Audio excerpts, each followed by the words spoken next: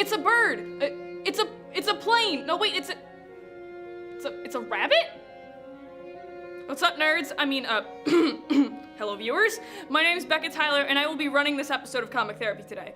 In this episode, we're going to be looking at a looked-over DC hero with a heart that may exceed the size of his ears. Have you guessed it yet? That's right, Captain Carrot. Yeah, I know the name needs some work, but we're gonna move past that for now.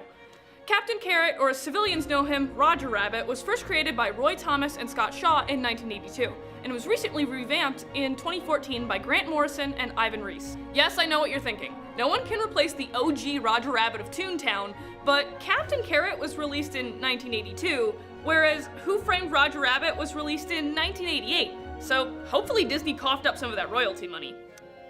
Captain Carrot made his first appearance in a comic featuring Superman entitled This Bunny Unbound, which later led into the series Captain Carrot and His Amazing Zoo Crew, which included 5 other species from across the United the United Species of America.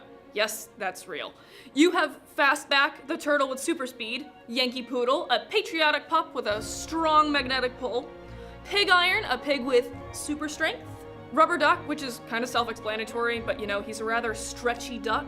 And lastly, you have Alley Catabra, a feline who focuses all of her energy on sorcery. All in all, pretty neat characters, but nothing we really haven't seen before in heroes such as The Flash, Magneto, the Hulk, Plastic Man, and Doctor Strange.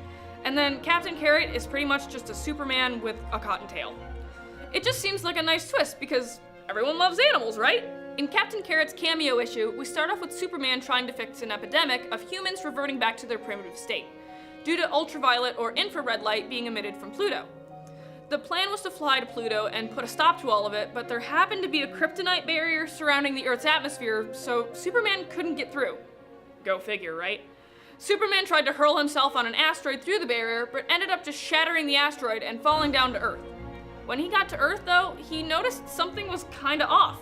Could it be all of the animals walking through downtown New York in normal people clothes doing normal people things? That might be it. Turns out when Superman fell back down to Earth, he didn't exactly fall in the right dimension. He eventually ends up finding Roger Rabbit, a comic book writer and artist. He tries to figure out what exactly has happened when Roger takes a bite out of a slightly abnormal carrot with some not so slight side effects. Apparently the asteroid exploded when coming into contact with the kryptonite barrier and fell down to Earth in tiny fragments along with Superman. One of those fragments came into contact with Roger's carrots, and bada bing bada boom, you got yourself a radioactive carrot, my friends. This caused Roger to gain powers such as super strength, which he found out the hard way when he punched Superman through a couple walls, as well as super hearing abilities.